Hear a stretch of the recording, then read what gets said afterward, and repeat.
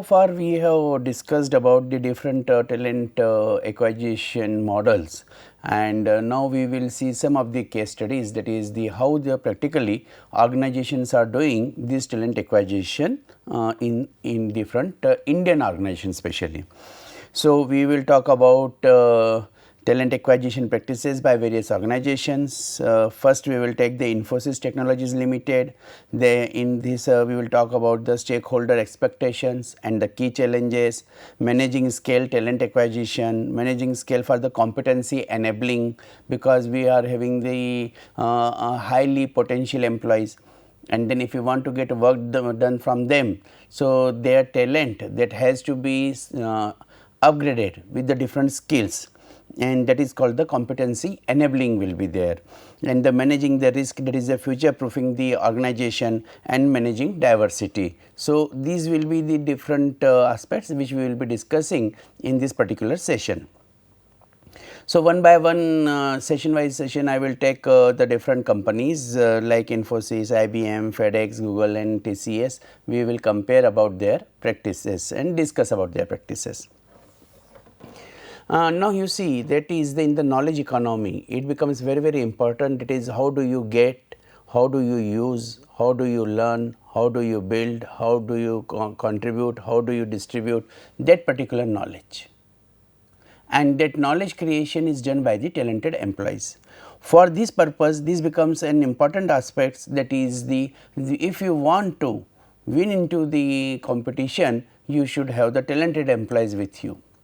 Every day new challenges and issues are emerging, and then to identify the solution, you require the warriors, those who will be able to find out the solutions for these different types of the issues, unforeseen issues are there. So, stakeholders expectations and the key challenges are the shrinking base of the experienced talent. Now, we know that is the generation Z generation, and in India it is the young population is there, and if young population is there, then definitely there will be the shrinkage of the experienced people, and experience plays a very great role, that we understand. However, because of the technology, many times people, that is the technology is compensating the experience, but then that is the wrong concept. It is not possible to control that particular equivalency of the talent of the experienced people with the talent of the young people with the help of technology. But the people are that managing the scale, and they are many leaders.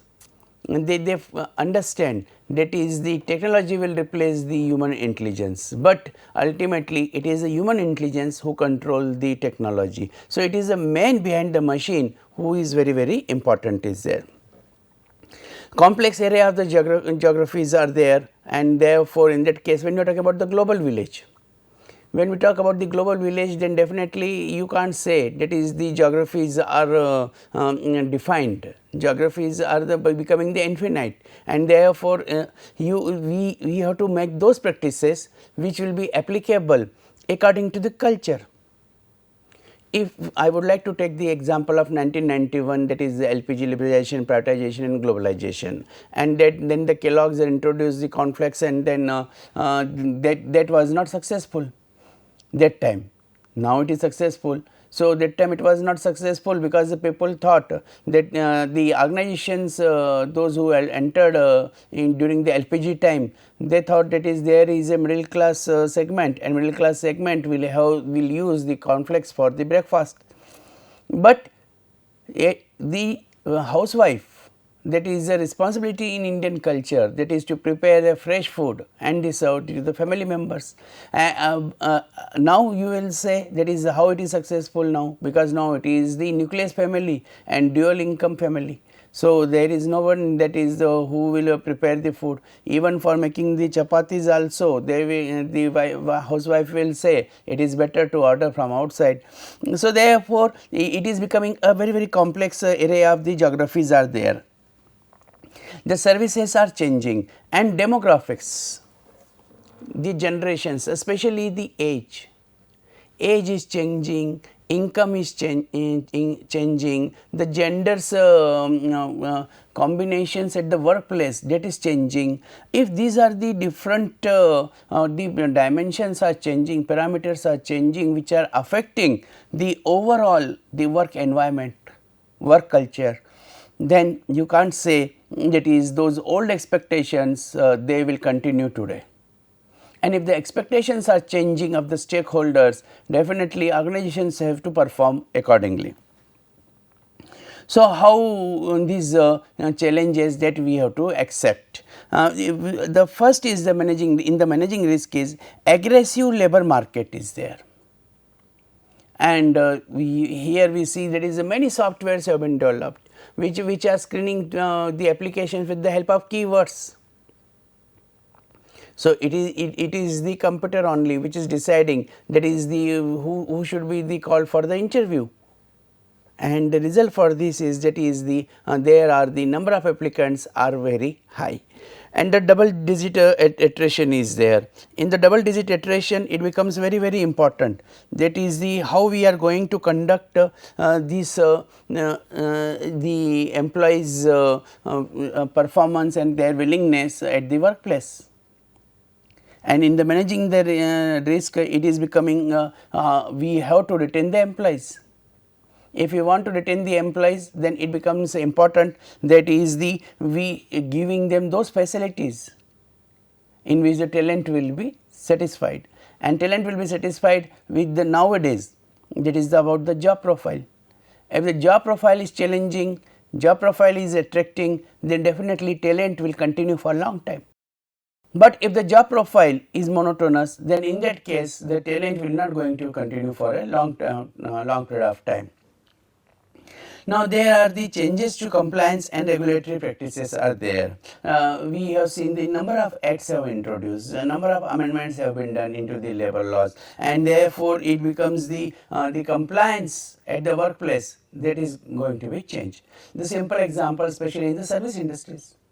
In the service industries, we find that is the women employees, they are increasing, and in the IT industries, earlier in the Factories Act 1948, it was there that is the after sunset and before sunrise, you cannot employ a woman worker, right.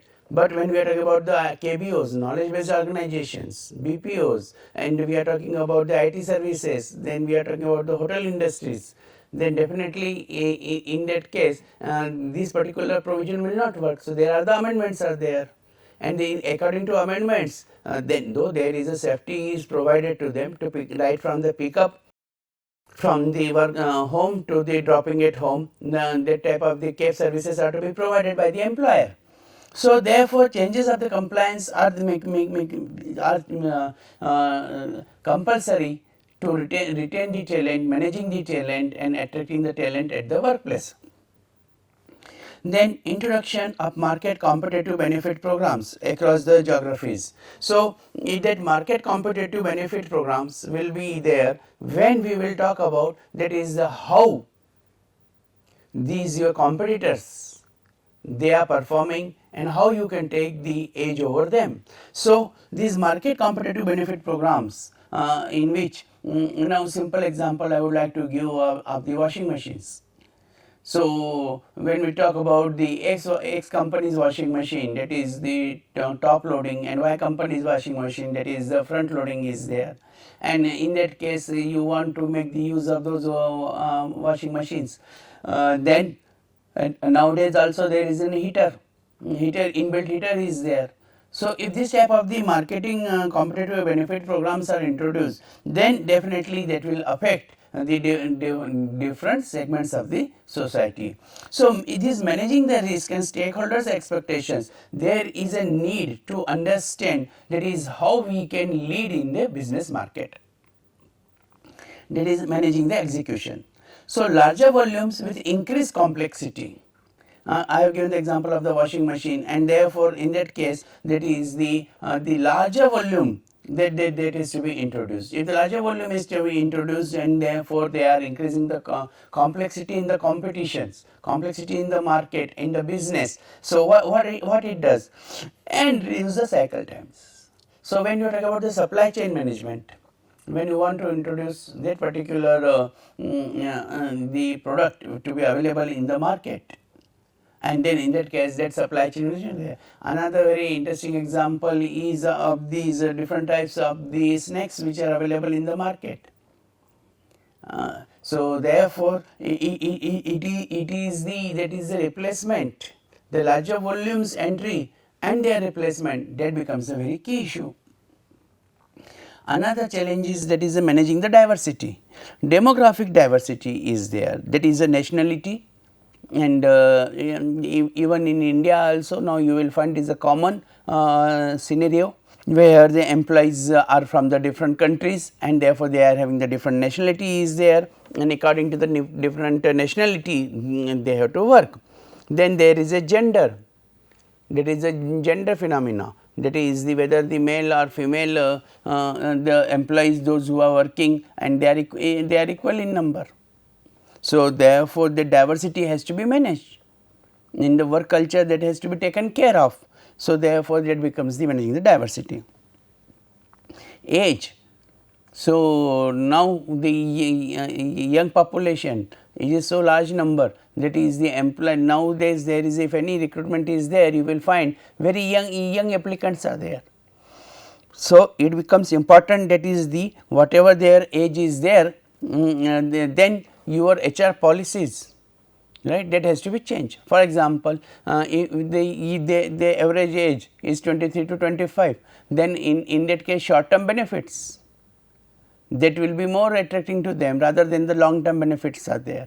So for the generation Z, pension is having no meaning, rather than CTC is having the meaning for them, cost to company and cash in hand.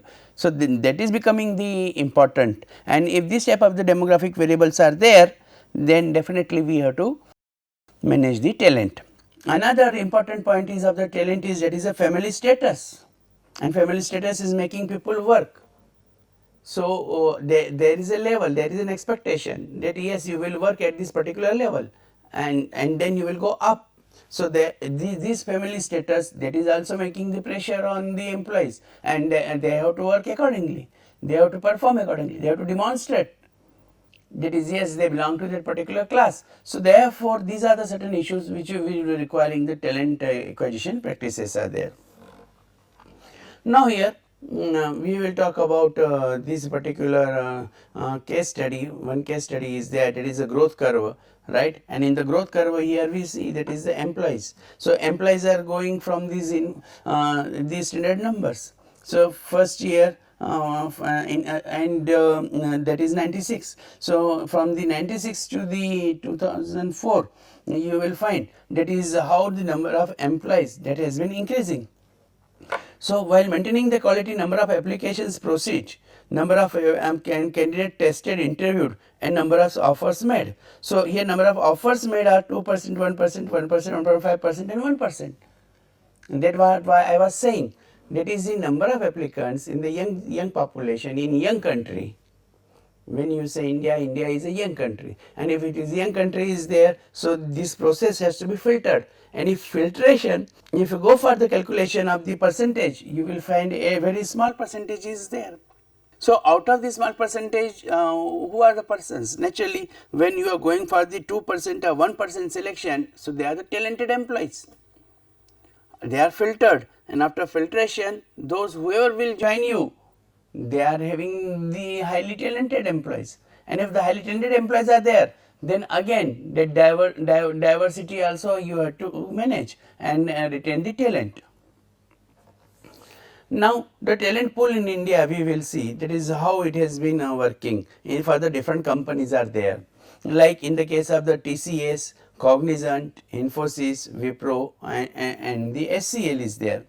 So here one note I would like to read, that is the Cognizant follows the January-December financial year, while other 4 Indian IT firms follow April to March accounting year is there. The latest full year is the January to December 2017. So therefore, on the basis of the company fact sheets, this has been developed. The turnaround in the pace of the hiring at the top 5 IT firms like this TCS, Cognizant, Infosys, Wipro, and SCL.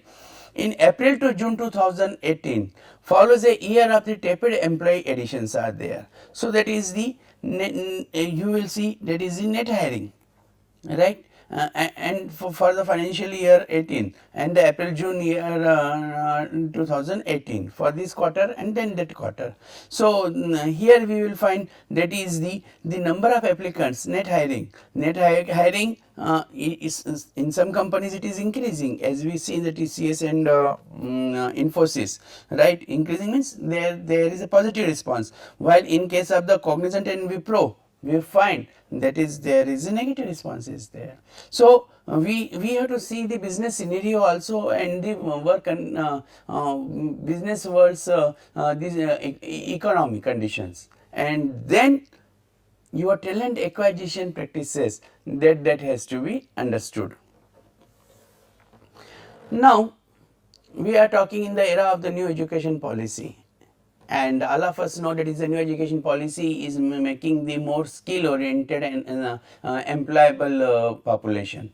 So if you want to generate your students, that is they should have a strong competency for dealing the jobs. So that higher education that is the now the choices is part time and distance education programs, like you are studying the online courses. So therefore in the online courses these higher education levels courses are the that is why we are studying online, because many of you are the executives at different organizations, and many of you want to make it additional profile, and for making that additional profile even after the long experience, right, you want to go for the higher education through this particular portal, and that is making the country competitive. I will say country, that is making a country competitive, not only the organization but to the country it is making the competitive. So these are the certain courses are there. Then the Elite and the e-learning is there. Web-based integrated training management systems are there. And then this particular NPTEL is there, SWAYAM is there, MOOC is there, and there the number of courses are there. And when you refer the reports of the World Economic Forum, and then you understand that is what are the future requirements of the different knowledge and skills. So if different knowledge and skills are required, then in that case this e-learning process that is becoming very strong. Ultimately what an employee wants and what an employer also, so that is a perfection in delivery and do that particular job more efficiently and more effectively, because this process is not for that is getting the certificate rather than gaining the knowledge. So you want to gain the knowledge, and therefore in that case that e-learning that is becoming a very important part. 25% of the training through e-learning modules that has become the successful nowadays.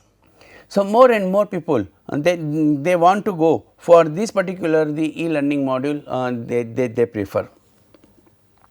Now then we talk about the entry level training. When we are talking about in the higher education, especially those who are the engineering graduates and management graduates are there, so they are taken as a trainee.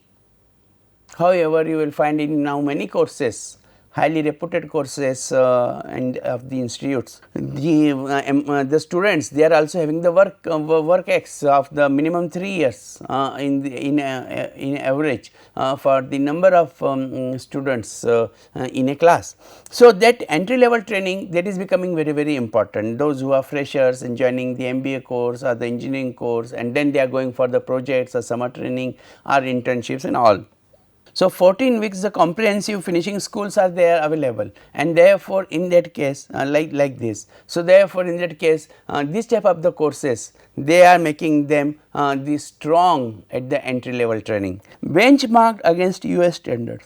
All these programs which have been preferred, and these all programs are they are the benchmark programs against the US standards are there, and therefore we talk about that is in the managing the scale, the e-learning process and entry level training that becomes a very much crucial, and if you are able to manage that, then definitely that will give the one wonderful response of the competency enabling is there. Then leadership development, Three-tiered program focused on strategic leadership, business leadership and operational leadership roles are there. Now, you see that is the whenever we are talking about the policy making, we are talking about the long term policy, that is the strategies are there.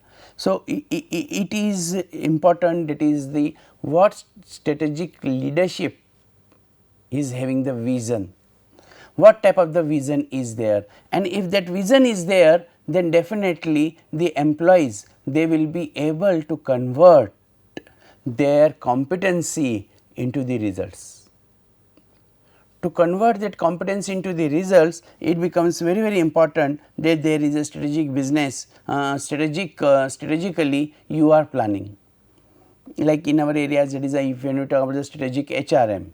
So, strategic HRM is giving you the direction that what type of the manpower will be required, when and how, and where there will be the less manpower, there will be the surplus manpower, where we have to go for the recruiting the manpower, identifying the talent and getting work done from the talent.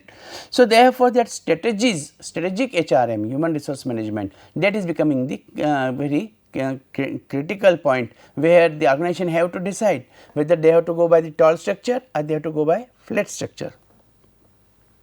Then there is a business leadership roles, business and operation leadership role is there. So, one side you have to cut the cost and you have to do the operating leadership. So, therefore, that operational leadership will ensure that is you are getting the best quality output with the minimum cost. But the business does not stop here, business stops with the selling of those products, and therefore, it is important that is the business strategies, they are also playing a very important role. Now, in the leadership development, there is a competency enabling for the better management for self. Competency is knowledge, attitude, skills and habits. In my previous session, I have mentioned about the CASE model, knowledge, attitude, skills and habits. So, that this competency will enabling the one person for the better management of self. So, when he will use his knowledge, have a positive attitude, have the enough learning skills, and the habit is also very much related to the profession. So, one example is professional habit is, that is the organized one. I am having the habit of everything to be organized. So, that is also an example. So, competence enabling for the better management for self, teams, clients and business. So, that is for the individual also, and also making the team, the people those who are working together for them, and the clients and businesses also. So, therefore, that customers, and because when you are talking about the stakeholders, it is a 360 degree nowadays. Stakeholders are not only customers, stakeholders are not only owner, but rather than all the persons which the names have been taken, they are the stakeholders. So, for the self, teams, clients and business, that is to be there. Now, the continuing education like this, certification programs for the key skills are there. Now, what is important? It is not that it is a qualification of certificate, it is the requirement of the knowledge to do the job in a best way, and one can do the job in a best way through the by learning through the certificate programs. So, certificate programs will ensure that is the person has exposed to that particular learning, and learning and development and training that starts working on that, and therefore, that is the certification programs for the key skills that is becoming a very important issue. Then role based training for the competency enhancements is there. So, now every employee is a superior, is a subordinate, is a colleague, is a boss, is an employee, and he is an entrepreneur, he is a leader, he is a manager. So, therefore, there are different roles are there. So, sometimes it is an interpersonal role, sometimes it is a technical role, sometimes it is a strategic role. So, every role has to be performed by these employees, and this continuing education that will help him to be effective leader. To be an effective leader, it becomes very important, that is the employees, they are having the certified programs are there. The Next point is the role based training for competency enhancements. So, at the entry level, like here we have seen, that is at the entry level we are talking about the comprehensive finishing school program, like an orientation program, right, and then the benchmark against the US standards or Indian standards at least, and here it is the role based training for the competency enhancements. So, what is the difference? The difference is this, that is the here we are talking about the entry level comprehensive finishing school, while here it is the experienced people are there.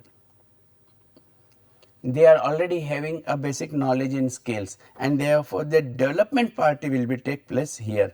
So, entry level training has to coordinate with the continuing education, and if they are able to coordinate with the continuing education, they will be successful. So, it becomes important, that is the whenever we are talking about the competency enabling. So, these points are very important, that is the e-learning, entry level training, leadership development, and the continuing education is there. When you go by the all these dimensions, then nobody can stop you to be called as the king of the talent management, because you are managing the talent, you are getting the talented people by doing these all type of the jobs are there. Now, the risk, the future proofing the organization is there. So, naturally on the basis of these strategies which we have discussed in this particular slide, managing scale, competency, enabling, when you decide, then you have to make it the full proofing for the organization. How it is done? So, prior to 2000, it is the individual incentive at senior grades were given, that is the for an individual it has been satisfied is there. Then the sales and consulting is there, that is the how the scales and consulting will be done for this particular employees. In prior to 2000 was there, and that was the training program focus on the higher differentiation and business benefit, that is a plus to back to employees. But in 2001, that is a company performance and the linked incentives are there. So, that company performance and the variable pay, what we say variable pay. So, therefore, when you are including the fixed pay plus variable pay, and this variable pay, that is the variability in compensation, right, on the y axis you see the variability in compensation. So, this variable pay, that is RC. In 2001 it becomes very important, that is the how you will be linking the performance. Since 2001, how will you be linking the performance with the rewards, with the payment, and these company and performance related camps that has lead towards the more better results. Now, in 2002, company performance linked incentives, right. So, here these company performance were linked in incentives, but here you will find that is it has gone to the purpose as ESOP, employees share on profit, and therefore ESOP is becoming the buzzword. And if you want to retain the talent, you want to motivate the talent, then you have to share the profit, and the sharing of profit, that is called the ESOP, employee sharing on profit is there, and therefore he takes the reasonable and justified share which the employee is supposed to gain. In 2003 onwards, the company performance linked incentives, and they were how, because now the IT industries were totally getting the leading positions, and therefore the team performance projects, that project culture, project system, that was becoming a very popular, and therefore the team performance is becoming the key issue in the case of the deciding the salaries and the payment and rewards and recognitions of the employees. Then individual performance. So, it was crystalline clear That is the, it is not like that is a two will work and the rest 2 or 3 they will get the benefit of the whatever the 2 has done. No, there should have to be a proper justification. Those who have performed, they will getting these salary, and those who will not be performing, they will not getting the variable pay. Salary will be there, but not variable pay, the shares on profit, and therefore individual performance is becoming the very important. Here we will see that is the these ESOP, variable pay, variability in the compensation, focus on higher differentiation, business benefits, all these are related to the performance allowance. You perform better, you will get the particular allowances there. So, for the future, how to proofing the organization? The talent engagement for the enhanced retention is alternate career tracks. This is also important. Now you see that is the like in our MBA program, we are having the specialization, dual specialization. So, the candidate can student can go for the third specialization also through the electives.